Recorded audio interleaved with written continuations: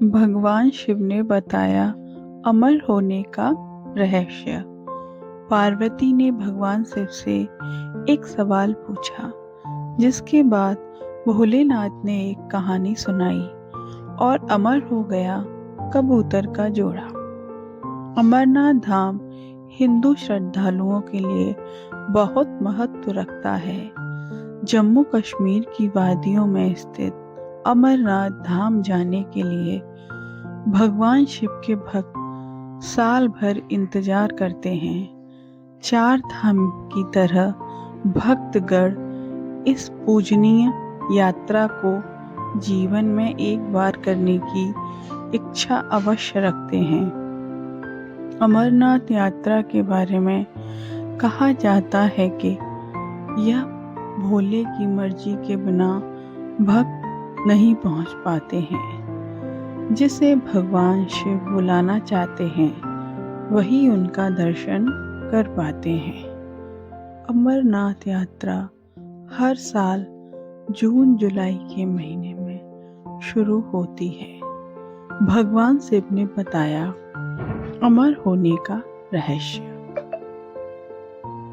अमरनाथ हिंदी के दो शब्द अमर अर्थात अनश्वर और नाथ अर्थात भगवान को जोड़ने से बनता है।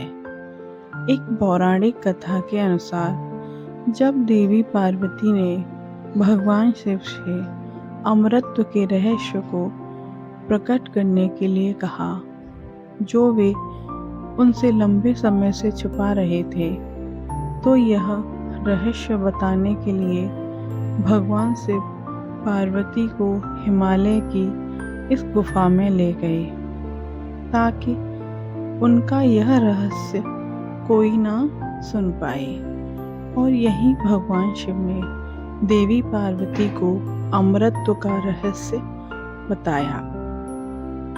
पुराणों में वर्णित है कि एक बार माता पार्वती ने भगवान शिव से पूछा, आप अब अजर अमर हैं और मुझे हर जन्म के बाद नए स्वरूप में आकर फिर से वर्षों की कठोर तपस्या के बाद आपको प्राप्त करना होता है।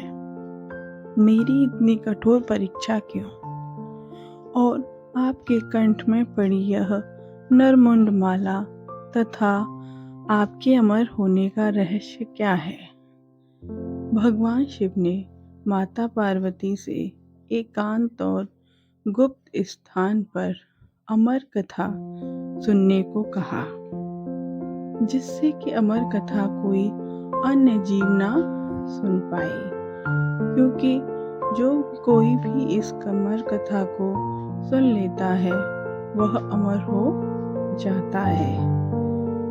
पुराणों के मुताबिक शिव ने पार्वती को इसी परम पावन अमरनाथ की गुफा में अपनी साधना की अमर कथा सुनाई थी, जिसे हम अमरत्व कहते हैं। भगवान भोलेनाथ ने अपनी सवारी नंदी को पहलगाम पर छोड़ दिया। जटाओं से चंद्रमा को चंदनवाणी में अलग कर दिया और गंगा जी को पंचतरणी में तथा कंठाभूषण सर्पों को शेषनाग पर छोड़ दिया। इस प्रकार इस पड़ाव का नाम शेषनाग पड़ा। अगला पड़ाव गणेश पड़ता है। इस स्थान पर बाबा ने अपने पुत्र गणेश को भी छोड़ दिया था, जिसको महागुणा का पर्वत भी कहा जाता है। पिस्सू घाटी में पिस्सू नामक कीड़े को भी त्याग दिया। इस प्रकार महादेव ने जीवनदायिनी 5 तत्वों को भी अपने से अलग कर दिया। इसके बाद माँ पार्वती साथ उन्होंने गुप्त गुफा में प्रवेश कर दिया और अमर कथा माँ पार्वती को सुनाना शुरू कबूतरों ने सुनी अमर होने की कथा। कथा सुनते सुनते देवी पार्वती को नींद आ गई और वह सो गई, जिसका शिवजी को पता नहीं चला। भगवान शिव अमर होने की कथा सुनाते रहे। उस समय 2 सफेद कबूतर शिव जी से कथा सुन रहे थे और बीच बीच में गूं गूं की आवाज निकाल रहे थे। भगवान शिव को लगा कि माता पार्वती कथा सुन रही हैं और बीच बीच में हुंकार भर रही हैं। इस तरह दोनों कबूतरों ने अमर होने की पूरी कथा सुन ली। कथा समाप्त होने पर भगवान शिव का ध्यान पार्वती की ओर गया, जो सो रही थी। जब महादेव की दृष्टि कबूतरों पर पड़ी तो वे क्रोधित हो गए और उन्हें मारने के लिए आगे बढ़े।